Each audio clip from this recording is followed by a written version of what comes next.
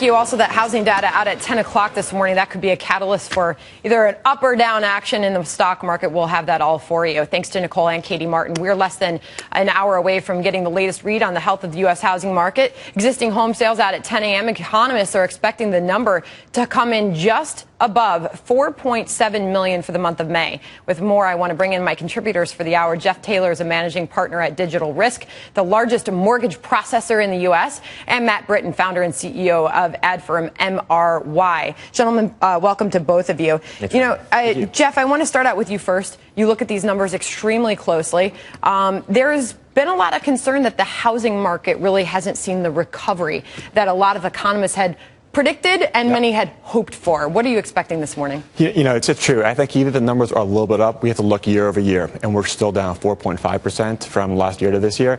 And the big thing is banks right now still have not come back into the housing market in a way we all thought they would. They're making loans to people who sort of have that perfect profile, but good borrowers. We're not talking subprime, but good borrowers, good FICO scores, people can afford those monthly payments, still aren't buying houses. On the consumer side, we're also still not seeing historically low interest rates. We're not taking advantage of these interest rates, locking in those houses and moving forward. So, Jeff, are you saying that we should ease up on the lending standards, that what caused this problem in the first place? No. What caused this problem in the first place was irrational lending. Lending that never should have taken place. But not everybody in the world has to have a 750 FICO score and be perfect to actually get a mortgage. There are good fundamental loans to be made at people between 650 FICO score and higher and have the money to afford the house. Affordability is a huge key. Affordability is key. And Matt, when you look at the way Americans are feeling right now, when they're polled on the economy, they're polled on the job situation. The latest Fox News poll showed that 48% of Americans think that the job situation is getting worse in this country.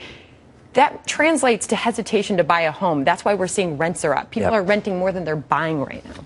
Well, I mean, the term Americans is a monolithic statement. I think the fact is that we have, in essence, two different nations going on right now. We have the coast where a lot of innovation is happening, where the economy is red hot, where there's a lot of jobs in the technology and media and finance sectors. And then you have other areas of the country which are very heavily manufacturing driven, where there's a lot more uncertainty. So I think you see that in the real estate market. There's certain markets that are incredibly hot, and there's others that are really where the consumers are feeling the pressure. Well, it's a great point. Can we really talk about the U.S. housing market as a whole when it's really driven by specific regions in the U.S. that have recovered quite well and some that have held back? I bring up Texas, for example. Austin has seen this huge boom in technology, and it's nearly impossible to buy a home there right now because the supply has dwindled. Literally, real estate agents have been calling people up in their homes, asking them if they're willing to sell. So it's very specific to where we're talking about in the country right now. Yeah, like what Matt just said. I mean, honestly, where are people going? Where the jobs are. So, and often you have the tech sector that's booming down there. So literally, jobs are going there. People are trying to buy houses. You've had huge appreciation in areas like San Francisco, Irvine, Miami. Literally, most of these houses are cash buyers, 62%.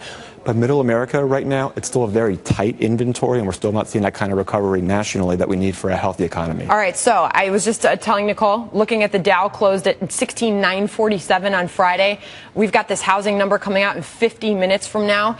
Do you think that will be a catalyst for this market for the Dow to top 17,000? So I've always said, the stock market is nothing but a public opinion poll on any given day. So yes, could it pop it over 17,000? Is that long-term sustainability? I'm not sure, but Matt? it could get it there. I think it'll get there. I think it'll get there this week, if not today. All right, sounds like a lot of optimism on this desk right now. Matt, Jeff, don't go anywhere. Stick around. We are now about 20 minutes away from the open.